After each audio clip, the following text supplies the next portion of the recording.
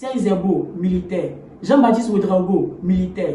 Thomas Sankara, militaire. Blaise Compaoré, militaire. La profession des leaders politiques qui animent la vie politique conditionne les orientations politiques.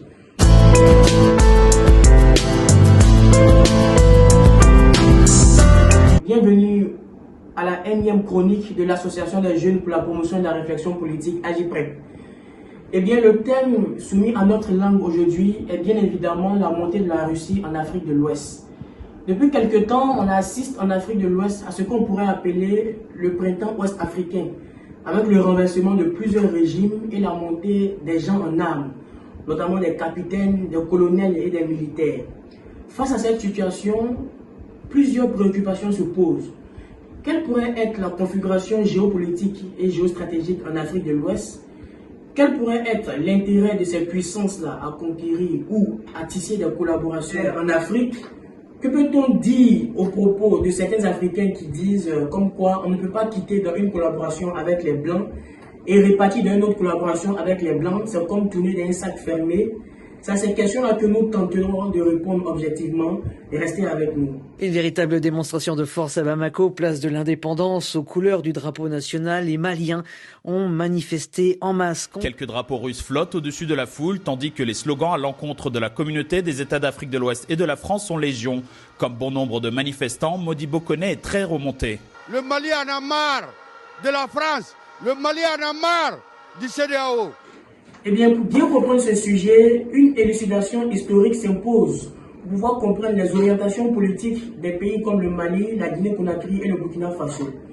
Et cela remonte au 8e siècle, lorsque l'empereur Soundiata Keïta fonde l'empire du Mali, qui avait pour capitale Niani, qui est aujourd'hui dans l'actuelle Guinée.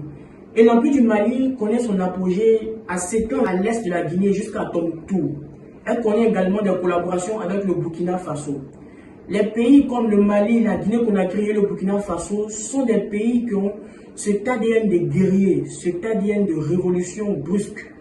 Et aujourd'hui, c'est là même le débat en Afrique de l'Ouest, parce qu'on assiste à une dichotomie. Et où se pose cette dichotomie? Il y a certains pays de l'Afrique de l'Ouest qui pensent aujourd'hui qu'on doit rompre directement le cordon ombilical avec la métropole, c'est-à-dire la France, et pouvoir prendre notre envol de nous-mêmes. Et il y a certains pays en Afrique de l'Ouest, comme la Côte d'Ivoire et le Sénégal, qui pensent qu'on doit toujours continuer dans cette collaboration jusqu'à ce qu'on puisse atteindre un seuil de développement et évoluer de nos propres ailes. Et cette dichotomie se perçoit en 1958, le 28 septembre 1958 au référendum, lorsque le général de Gaulle demande aux pays africains de soit prendre leur indépendance immédiatement ou partir progressivement vers l'indépendance. On connaît tous l'histoire, tous les pays ont opté pour partir progressivement vers l'indépendance, sauf la Guinée de Sékou Touré. On se demande pourquoi le Mali et le Burkina Faso n'ont pas suivi de même, mais cela va se voir après par l'histoire, par la configuration professionnelle même des leaders politiques qui ont miné ces différents pays-là. Il faut savoir que la profession des leaders politiques qui animent la vie politique conditionne les orientations politiques. Lorsqu'on prend le cas du Burkina Faso, du Mali et de la Guinée, ce sont des pays qui ont connu majoritairement des dirigeants militaires. Donc, ils ont cette fibre de guerrier, cette fibre d'empereur, cette fibre de révolution farouche, ce qui n'est pas forcément méchant. Quand on prend le cas du Burkina Faso, après le premier président du Burkina Faso, Maurice Yabeogo, la majorité des dirigeants qui sont venus étaient militaires. Serge Zerbo, militaire. Jean-Baptiste Ouedraogo, militaire. Thomas Sankara, militaire. Blaise Compaoré, militaire. Issa Zida, militaire. Honoré Traoré, militaire. Gilbert Diandéré, militaire. Paul Daniba, militaire, et le président actuel, Ibrahim Traoré, militaire. Lorsqu'on prend le cas du Mali, c'est la même chose. Après le président Modibo Keïta, la majorité des dirigeants qui sont venus étaient militaires. Moussa Traoré, militaire. Amadou Toumani Touré, militaire. Amadou Sanogo, militaire. Le président actuel, Assimi Goïta, militaire. Lorsqu'on prend le cas de la Guinée-Conakry, pareil. Après le président Sékou Touré, la majorité des dirigeants qui sont venus étaient militaires. Lansana Conté, militaire. Moussa Dadis Camara, militaire, et le président actuel, Mamadou Doumbouya, militaire. La profession de ces hommes-là leur donne une vision un peu radicale de la politique, ce qui n'est pas tout à fait méchant. Lorsqu'on fait une analogie avec Muammar Kadhafi, il avait également cette fibre-là. Il a pu impulser un développement local et global dans son pays. Diamétralement à ce pays-là, il y a des pays comme la Côte d'Ivoire, il y a des pays comme le Sénégal. Par exemple, en Côte d'Ivoire, après un général Gueye qui n'a d'ailleurs pas duré au pouvoir, les dirigeants politiques, c'était des universitaires. Lorsqu'on prend le cas du père de la nation, Félix Houphouët-Boigny, il était médecin et planteur. Lorsqu'on prend le cas du président Henri Konan Bédié, il était diplomate, on peut dire. Le président Laurent Gbagbo, historien. Alassane Ouattara, économiste. Allons au Sénégal. Lorsqu'on voit la configuration professionnelle de ces leaders politiques-là, c'était également des universitaires. Léopold Sédar Senghor, écrivain, poète. Abdou Diouf, haut fonctionnaire. Abdoulaye Wade, avocat. Le président actuel Macky Sall, géologue. Et vous voyez quelque part, ces personnes-là ont une vision idéaliste de la gouvernance de leurs États. Et aujourd'hui, le Mali, la Guinée, le Burkina Faso voient en la France le prolongement de la colonisation, d'où le néocolonialisme. C'est là tout le sens du débat. La Côte d'Ivoire, par exemple, voit en la France un allié, un collaborateur. Mais les pays comme le Mali voient en la France la domination, la colonisation sous d'autres formes. À ce niveau des faits, il faut pouvoir respecter les différences et les orientations idéologiques. L'objectif est le même, atteindre le développement, mais c'est une réalité qui fait en sorte que ces différents dirigeants veulent passer par des voies qui sont différentes. Et il faut respecter les différences et laisser les différences s'exprimer. Lorsqu'on entend le premier ministre malien au Conseil des Nations de l'ONU, par son discours, on voit clairement qu'il voit en la France un élément de colonisation qui continue. Il dit dans son discours, je cite, « Les autorités françaises, profondément anti-françaises, pour avoir renié les valeurs morales universelles et trahi le lourd héritage des philosophes des Lumières, se sont transformés en une junte au service de l'obscurantisme. Obscurantisme nostalgique de pratiques néocoloniales, paternalistes, condescendantes et revanchardes, ont commandité et prémédité des sanctions inhumaines, illégales, illégitimes de la CEDEAO contre le Mali. » Donc vous voyez ces pays-là, ils voient en la France la domination, ils voient en la France le néocolonialisme. Mais les pays comme la Côte d'Ivoire, qui sont aujourd'hui clairement le lance de fer de la France en Afrique de l'Ouest, voient en la France un collaborateur sûr de développement. Dans ce cadre de figure-là, qu'est-ce qu'il faut faire? Il faut bien évidemment laisser les différences s'exprimer et respecter les orientations et les alliances de chaque État. Donc la question ici n'est pas une question de rupture et nouvelle collaboration, c'est une question de symbole. C'est une question de symbole. Le Mali voit en la Russie une collaboration transparente, équitable.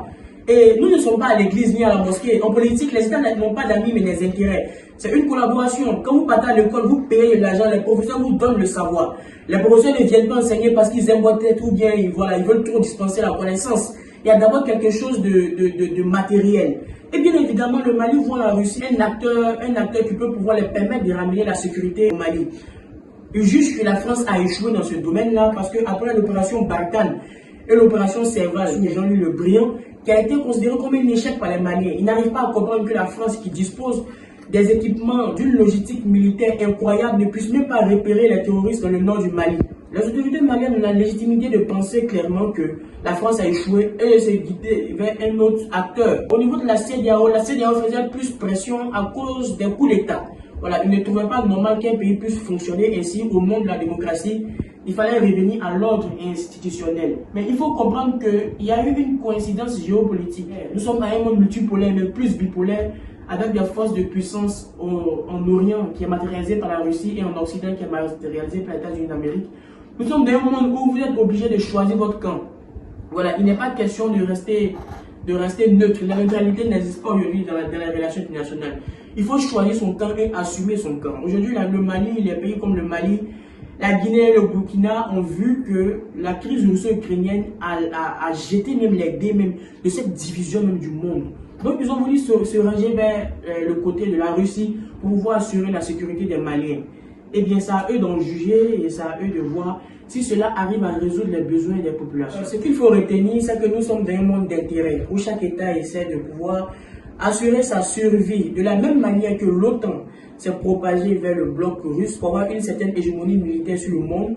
C'est de cette même manière que la Russie voit également en le Mali, le Burkina, la Guinée, des pays qui peuvent leur permettre de pouvoir s'aventurer sur le territoire africain et de pouvoir venir titiller un peu la France sur son domaine. Clairement, la France aussi aujourd'hui a perdu beaucoup beaucoup de puissance dans ces ex-colonies comme le Mali, le Burkina et la Guinée, qui sont des pays très importants, qui sont des pays stratégiques, qui sont des pays riches en ressources premières et en ressources minières.